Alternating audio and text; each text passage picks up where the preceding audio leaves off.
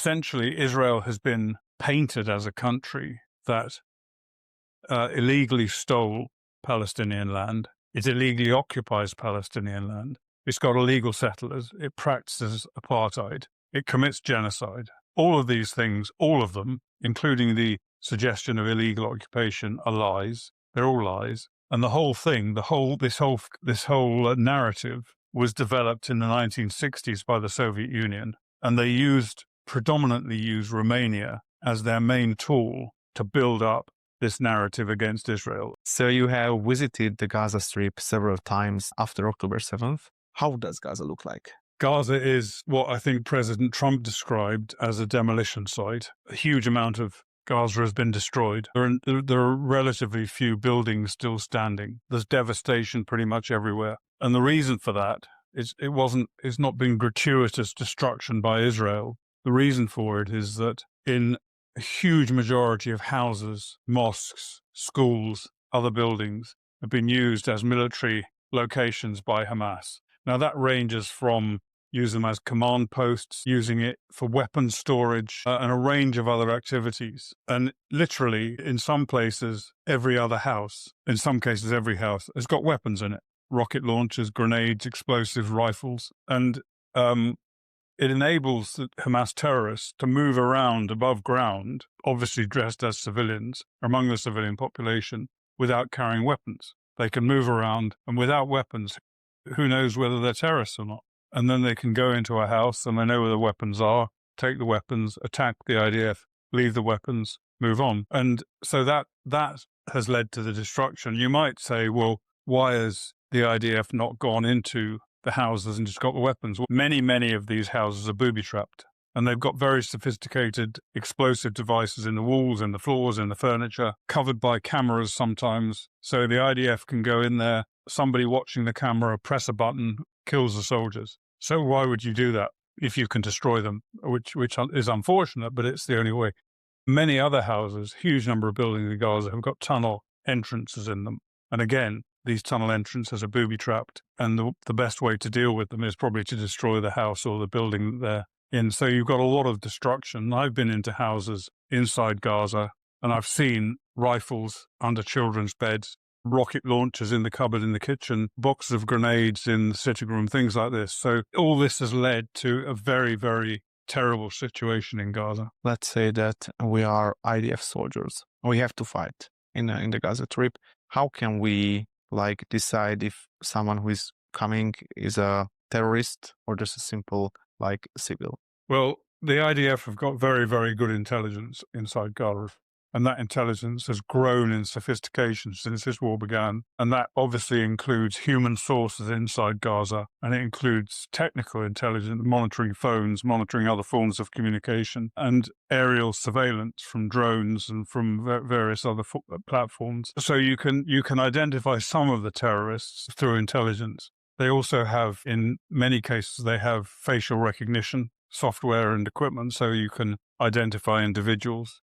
But if those different techniques don't apply, then the only way you can really tell a terrorist is if he's shooting at you or if he's carrying a weapon. And as I mentioned before, they don't really need to carry weapons around because they can get them from a house. So it's very tough. And of course, the terrorists are right among the civilian population. There's no kind of separation between terrorists and civilians, and they will prefer to attack the IDF when there are plenty of civilians around. And that has two purposes, of course. One, if the IDF identifies somebody firing at them, then they hope it will deter the IDF from shooting in case they kill civilians. Secondly, which probably is even more beneficial to Hamas, is that if the terrorist is identified and the IDF shoot and kill civilians, that's a bonus for Hamas. They want their civilian population dead.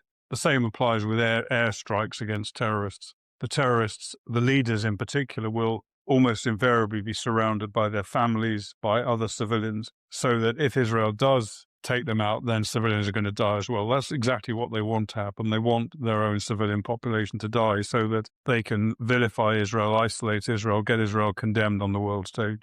Yeah, and if I remember it correctly, the mainstream media says that there are more than 60,000 people have died since October. What could be the real number? Because this number is from Hamas. And what could be the terrorist-civilian ratio? Well, if you take that 60,000, which changes all the time, and as you said, these are Hamas figures, so we don't know what the reality is. Nobody knows. Organizations like the United Nations and many media organizations just parrot the Hamas figures. So, but we don't know. Let's assume they're roughly correct. Let's assume that. I'm not saying they are. The IDF estimate, I think, that they don't put out kind of regular information about how many terrorists they've killed. But the latest I've seen is somewhere around 20 to 30,000, or maybe even more terrorists have been killed by the IDF, which means that you've got a rate. If this total of 60,000 is correct, and let's say 30,000 terrorists have been killed, that would give you a ratio of one civilian killed to every terrorist. But actually, the likelihood is that number of civilians killed by the IDF is going to be reduced, because in a population of 2 million, many, many people will die of natural causes unconnected with the war, a large number. And many people have been killed by Hamas deliberately or unintentionally, by rockets falling short or by executions, torture to death, etc., which huge number of Gazans have been killed by Hamas themselves. So in my view, it gives a ratio of around 1-to-1, one civilian to one terrorist, or probably less. But who knows? Israel is condemned for that, for committing war crimes by killing an unnecessary number of civilians, which I don't believe is true. I've seen the IDF in action. I've seen the steps they take to minimize the deaths of innocent civilians, including by dropping leaflets on areas they're going to attack on, making phone calls, voice messages, text messages, a range of other systems they use to try and get civilians out of the way if they're going to carry out an attack. But even if you forget that, let's say it's 1-to-1. If you compare that to other conflicts, let's take Afghanistan.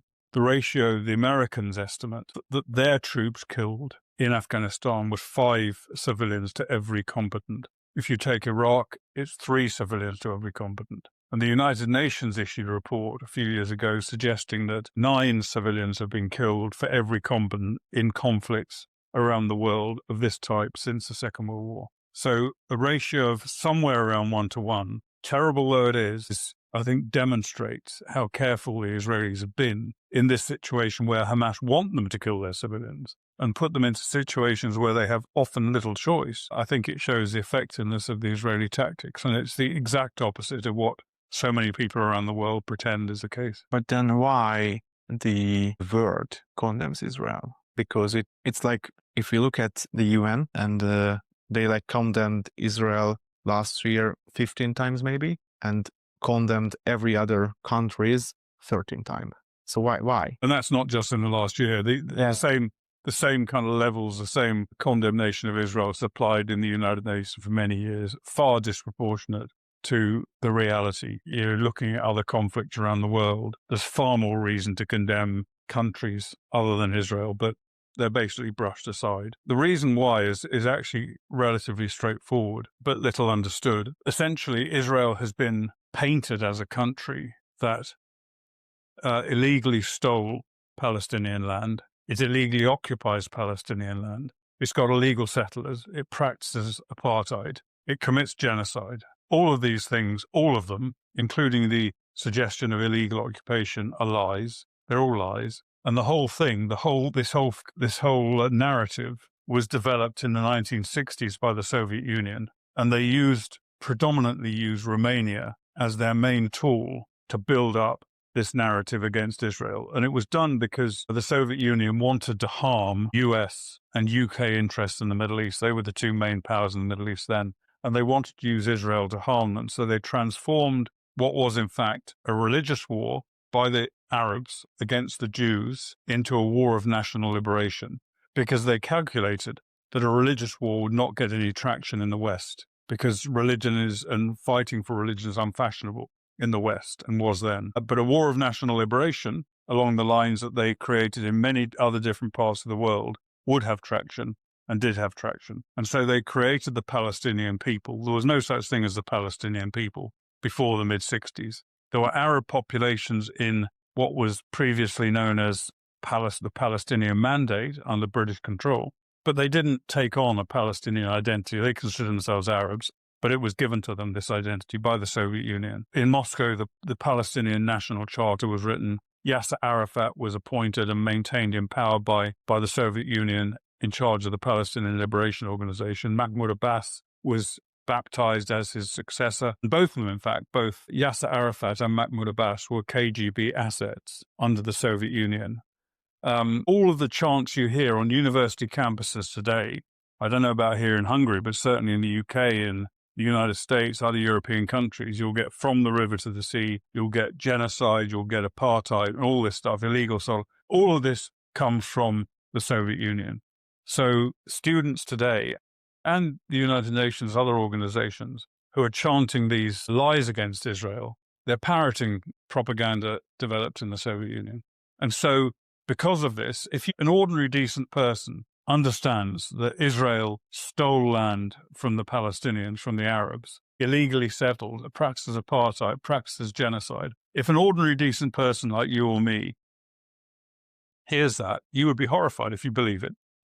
And you would say, as the world, so much of the world says, anything that happens to Israel, it had it coming, including the 7th of October. Anything Israel does to defend this despicable regime that is running is in the wrong. And that's the start point. That's the narrative that explains the international actions, hatred campaign against Israel. It's like the pro-Palestine movement is banned here in Hungary. So I heard like that from the river to the sea first in Frankfurt, Germany, but it was sung not by Germans. So you mentioned that basically the West is plays from the Soviet playbook. Why? I cannot understand this. That can't we like step forward from that area? It took hold. It was probably the most successful of the Soviet propaganda of political warfare campaigns that was ever carried out.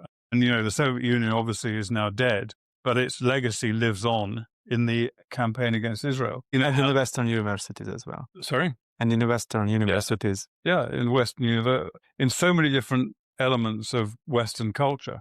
I'm pleased to hear it doesn't apply here in Hungary, but it certainly applies in the UK. And once something like that has taken hold, it's very, very hard to shift. People, a lot of the, in fact, all of the anti-Israel narrative is not based on facts, but facts don't matter, feelings matter. And people feel that Israel is a uniquely evil country. Not everybody, but many people feel that. This entire narrative is constantly renewed. And everything Israel does is turned against it and distorted, whether it's fighting war in Gaza, whether it's hunger in Gaza, whatever it is, all turned on Israel. And the campaign, as we've seen since 2023, has just got stronger and stronger and stronger. And the few people that actively oppose it, their voices are very often drowned out by the huge number that are driving the narrative. But I think if you look at, if you take the UK as an example, I think the people, anti-Israel elements in the UK are the minority. If you looked at the media, you'd think they were by far the majority, probably everyone, but it's not true. I think they're in the minority, and they're made up and driven by basically three different types of people. One is the hard left electorate, which is not only opposed to Israel, but is opposed to the West, to Western values, which Israel in many ways epitomizes. Second, there's self-hatred. Absolutely. There's Britain. I mean, when I was at school, many years ago now, I was taught to hate Britain, our imperial past, our involvement in slavery, all of this. Back then, this is back in the 1970s. You can imagine how that has accelerated over time. And that's a big part of it. And it's driven predominantly by the left. And then you have the Islamic populations in the UK, which are growing and which are, I think, you'll obviously find some Muslims who do not follow the line, but I would say the vast majority of Muslims are anti-Israel. And finally, you've got a lot of, for want of a better word, ignorant people who know nothing about the situation, but they listen to organizations like the BBC and Sky News and read The Guardian in the UK, which is a left-leaning newspaper. And they get the propaganda. They get the anti-Israel, hugely biased propaganda against Israel. And they know nothing, so they believe it. There's very few voices saying the opposite of it. So you've got a combination of those three groups of people who form the core of the anti-Israel movement. And they're the noisy ones. the ordinary, decent people who have got any clue about the Middle East, which is probably not a huge number that actually are interested in the Middle East. They're more interested in playing football or earning money for their families or, all the rest of it, going on holiday, quite understandably, know nothing about it. And by and large, the people who do understand the reality or have an inkling of the reality are not the kind of people that get out on the streets and protest, but would say take part in a counter demonstration against the anti-Israel mobs. So you get the picture. You get a picture of a country that is strongly anti-Israel. And it's not just the kind of picture we all get, but it's a picture that drives the political policies and the policies of the British government against Israel, which have, since the new Labour government has come into office last year, they have turned on Israel. And they've turned on Israel predominantly not because of the reality, because they understand the reality. These people do have the facts, but because they want to appease the members of their electorate who are anti-Israel. Yeah, I'm so proud to be Hungarian because maybe earlier this year, Viktor Orban invited Benjamin Netanyahu, and I'm just so proud that we were the first European countries to invite him. He had like the ICC against Netanyahu, but we invited. Yeah, this podcast does not found by the Hungarian government. Let's back to the war. Can Israel win this war? Because it's like going for almost 2 years. And Israel definitely made achievements in this war, or the war against Hezbollah or Iran. But can they win this war? In Gaza? Yeah. Yes, they absolutely can win the war. They have decimated Hamas. Hamas, I believe, is on its last legs. It still has quite a number of fighters. Many of them are replacements for those who were killed. Huge number have been killed. And those replacements, by and large, are not as capable as the ones that were killed, but they're still capable of causing damage and harm. And indeed, very rarely does a good day go by when an Israeli soldier is not killed or wounded in Gaza. Sometimes in significant numbers. So, but as long as Israel keeps on the attack, then it can get rid of Hamas, and it has to get rid of Hamas. Hamas cannot be allowed to maintain control of Gaza. And it's unlikely they're going to voluntarily give up control of Gaza. So the only other solution to that is to destroy them, or destroy them to the degree where the others don't want to fight anymore. There is, and that is a possibility, there's no question, but there is one other option, which I think is being considered, which is for Hamas, the leadership of Hamas anyway, to be exiled from Gaza into a country that is willing to take them. And that, I believe, is a possibility. I'm not saying it's going to happen, but it's another possibility, which would, I think, be a turning point in the war. But the key is two things. One is to wrest control of Gaza from Hamas by killing most of them. And the other is to deny Hamas the remnants of Hamas, the ability to control the population, which can be done. The primary weapon for doing that at the moment is humanitarian aid, which Hamas exploits for their own benefit and to control the population. And the more that's done to take that control away from them, the more likely they are to be defeated. Israel or the United States actually, has set up an organization called the Gaza Humanitarian Foundation, which aims to deliver aid to the people of Gaza without allowing it to fall into the hands of Hamas. And that has been remarkably successful so far. I visited 2 of their sites in the last few weeks, and I saw with my own eyes, how that works and what the effectiveness is. Richard Kemp, thanks a lot for being available for us. Thank you. It's my pleasure. It's 2025. America's debt is over $37 trillion, and the dollar just had its worst crash since 1973. That puts your savings and your family's future at risk. That's why we trust Alpha Omega Gold, a company that stands unapologetically with Israel and supports Stand Tall Israel. Visit ao.gold/stand to claim your free precious metals wayfinder guide, or call 1-855-426-4653 today. Protect your future before it's too late.